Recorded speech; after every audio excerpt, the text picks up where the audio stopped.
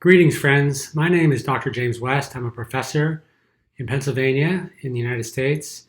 I'm very happy to be here with you today and thank the organizers, including Mr. Azadi, for inviting me and helping me to focus this presentation on the important topic of economic disparity and rethinking the concept of prosperity. I don't plan to bore you with a lot of economic statistics. Economists are very good at that. But what I want to do is talk about some of the broader issues related to this very important topic, which has really come up around the world. We see economic disparity existing throughout the world, but we also see economic disparity in our own countries, in our own communities, and it's creating a lot of tension and struggle and, in some cases, violence. So it really is an issue that really needs to come to the forefront. Now, this is an education conference, so my role as an educator. I'm a professor of economics and business. I've been department head for many years. I got my education in the United States largely, but also earned a Master of Commerce degree from the University of Pune when I lived in India for a little over 3 years as I was an invited member of an international rural development team in Maharashtra in the Krishna River Valley, where I worked as a team member on many projects of animal husbandry, agricultural, educational, healthcare, so many different aspects of the policy, and also as a team economist and kind of documenting some of the events and progress that we made in the program. I'm also an economics professor and department head for many years, and I'm a strong supporter of the free enterprise system in promoting economic prosperity and economic growth. And while I worked in India, India was very much a protectionist economy, but after 1990, it opened up and the free enterprise system really started to come in. And there is great growth in India, as there was great growth throughout the world. As the command economies really fell by the wayside, we sought to see the increase in technology and growth that has really globalized and to some extent unified the world, but in other ways has kind of created sharper divisions. And so we recognize that more has to happen here to really create a sense of prosperity, where there's not only more money, but there's a more complete sense of well-being among all peoples of the countries and throughout the world. One of the things we're going to talk about here is the role of, call them the 3 E's. I like to do a lot of simplifying for my students. I talk about the 3 E's, that the role of economics in promoting this new concept of prosperity, the role of ethics in promoting this new prosperity, and also the role of education. And we see that education really, of all peoples, has become a human right, and we need universal education throughout the world. I also talk to my students about the role of the year 1776. 1776 was the year in which we had our Declaration of Independence here in the United States, which had a great influence not only here but throughout the world. Also, 1776 was the publication of an important book in economics by a man by name Adam Smith. It was called The Wealth of Nations. And this is oftentimes seen as the introductory book for the free enterprise economy that said individual economic rights, like individual political rights, are necessary to really release the creativity of people, to allow them to produce goods and services for each other and raise the standard of living of people.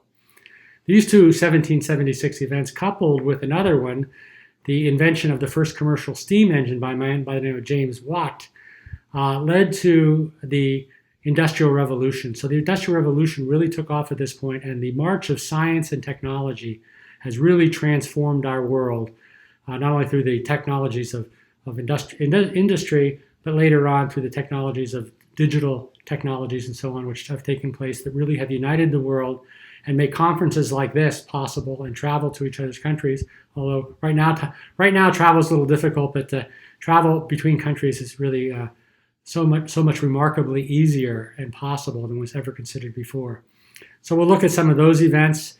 We're going to redefine the role of prosperity. We're also going to spend a little time redefining the role of religion. Religion to a lot of people in the science and technological age has become kind of akin to magic, and there's really not an understanding of the stories that have created the religions. There's oftentimes a commitment to the ethical and community relationships of the religions, but increasingly people have either become more secular or in some extreme cases more atheist with regard to religion. This is going to be seen as something that needs to be addressed in the prosperity issue.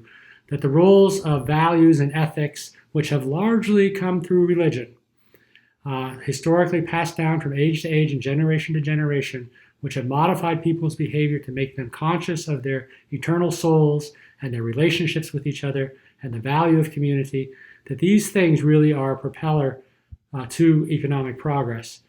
Once when I was a graduate student, economists tend to be non-religious, so I was a graduate student. I was talking about the roles of religion to one of my advisors, and he said to me, "Oh, religion, no one takes that seriously anymore." And I said to him, "Well, that's not really the truth." I said, "Theoretically, you may reject religion, but empirically, you cannot ignore the fact that there's billions of people, Buddhists, Hindus, Christians, Muslims, Jews, who throughout the world, whose behavior is impacted by their religious beliefs. Religion has been with humanity. It's fallen through a transitionary stage as a result of the technological revolution, but increasingly we're going to see that finding the purpose in life and finding our purpose as human beings is going to be an important step forward in religion. The three pillars of the economy I oftentimes talk about to my students. One, of course, is the private sector, the business sector, which creates most of the jobs and most of the goods and services. And this is run by a market system which values what I call the 4 Ps, values production, values property rights, values prices as a source of information for allocating goods and services, and also values profits. Profits not as a point of exploitation, but profits as a stimulus for creativity throughout the world. So the private sector has done a lot of good for the world and propelled societies and countries into a much more comfortable position and much more technologically sophisticated position than we could imagine before. But also equally important is the pillar of government. Government provides the necessary infrastructure and the legal and political security for the country. And government role, although it should be limited, they shouldn't be interfering in everything in the economy, but the government should be certainly developed and strengthened in the country. And the third vital pillar in this society is the private voluntary organizations. And this is with the wealth that people accumulate through their jobs and so on, they can contribute to organizations which will provide in a nonprofit way towards education, healthcare, the arts, and so on, and really enriches the population of society. So we will talk about the role of prosperity changing and also the role of religion changing.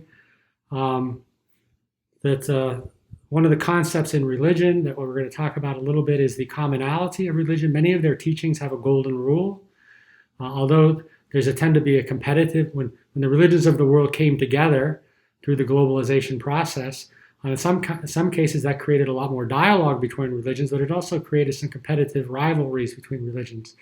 But I think we need to look to the common unity within religions, including things like the golden rule, and also introduce a concept called the idea of progressive revelation, that religion is revealed to the world as the world matures. So in a very feudal age or a very primitive age where there wasn't transportation and communications, we really couldn't expect world unity. But in this modern age, in this age of technology, the prospect of unity is really created. And so that the revelation really needs to match the times, okay, and really create it. And one of the important topics we're going to talk about in this is the concept of the oneness of humanity. We live in some people say that the promise of world peace is actually a reality in this day. I'll read a quotation by a gentleman by the name of Shoghi Effendi, who back in 1936 quoted this. He said, "The unification of the whole of mankind is the hallmark of the stage which human society is now approaching. Unity of family, tribe, city, state, and nation have all been successfully attempted and established. World unity is the goal towards which a harassed humanity is striving." And again, he wrote this back in 1936 before World War II, but he saw at that point that the unity of the human race was going to come together, and the creation of things like the League of Nations, the United Nations, are first steps in that direction, but clearly more is called for. And I think that is the goal of educators today, is to really promote the idea of this idea of the oneness of the human race, that the basis of disparity between people based on religion, race, caste, creed, all of these things is anachronism. These are things of the past. Mankind is one. We are one human family. Diversity is to be valued. We say unity in diversity. We're not trying to discourage diversity. We want to encourage diversity, preserve traditions, preserve the music, the cultures, the histories of countries, but let's live in unity with each other and recognize we're all common human beings. And let's promote this through the idea of universal education and universal human rights. Another major component of this is the elevation of the role of justice in society. In economics, we want economic justice with people we do business with. You treat me fairly, I'll treat you fairly. But also the broader concept of economic justice, political justice throughout the world, the justice that exists in society, equal rights for people, elimination of prejudice, economic justice, and of course international justice, recognizing that the populations of the world need to be brought together. We need to be unified and moving towards global peace and kind of collective security in the world. Other important things that are going to impact the removing some of the disparities of income and creating new prosperity are the focus again on the family and the role of the family in providing nurturing for their children and the first educators of their children, to educate men and women both, to provide education in general for people. We know that education has improved the livelihood of people, but education has to have a purpose besides, again, just making money. It's to provide for fulfilling work and also service to the human race. And then also another important concept here is the role of consultation, the idea of actually having discussions where partisanship, political power differences, and politicking is put to the side and people really seek to find the truth of a situation. That an important aspect of today's society is the independent investigation of truth. Whether we're talking about an individual finding their own values and beliefs in society, they should be independent to pursue them. They're all capable of reading and writing and looking for themselves. Likewise, when we talk about major issues facing business or governments or international organizations, the idea of consultation, an unbiased dialogue, really searching for the truth, eliminating our egos and things like that from the discussions. Again, we are really moving ourselves towards the promise of world peace. I'm calling your attention to a couple documents which maybe Mr. Azadi could provide. One is called the Prosperity of Humankind, which is the discussion really about the model of this moving forward, what true prosperity looks like. And one of the things that it says within this document, which keeps us economists humble, it says, the classical economics of impersonal markets in which human beings act as autonomous makers of self-regarded choices will no longer serve the needs of a world motivated by the ideal of unity and justice. So economists need to look more broadly. We're not going to eliminate the market. The market is a source of inspiration and communication, inspiration for creativity. It's helps to exchange goods fairly, to make sure the right amount of goods at the right kind and the right time exist. But the market is not enough. More has to be added. So new models of economics need to come forward. And the other thing we look at, the second document we're going to look at, is the promise of world peace. And this is a document that really addresses the issue that, as I said earlier, this was written back in 1985. Okay, Prosperity was written in 1995. The Prosperity of Peace was written in 1995, or 85 rather. And this really looks at the time in which humanity lives. We really are at a stage in history where we really have got to have the will to move the country forward, move the world forward towards recognizing our essential oneness and promoting peace between countries through voluntary belonging to a peaceful Commonwealth of Nations, and using, if necessary, collective security to provide peace and tranquility between nations if they move in other directions other than a peaceful coexistence. These are very, very powerful things. I think, again, I didn't want to bog down with a lot of economic statistics. We could certainly talk about per capita incomes and rising gross domestic products and Gini coefficients from Lorenz curves that measure the degree of inequality within countries. I think we all recognize that these are problems, but the necessity really is to find a solution to these problems.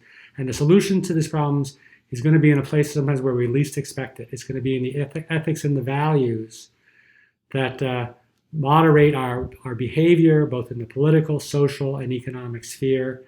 And really, again, principal among these and critical to these is really the recognition of the oneness of the human race. And I really leave you with that final thought. I hope, again, I can deliver this lecture in person. This tape, this video is really a backup in case the technology fails. Also, the PowerPoints are there that you can review and look at some of the things that I put together. But again, thank you all for your time, and I really enjoyed being with you. God bless you. Have a wonderful conference. Sorry I can't be with you physically to share some conversations and so on, individual conversations, but hopefully that day will come soon. Take care. Bye-bye.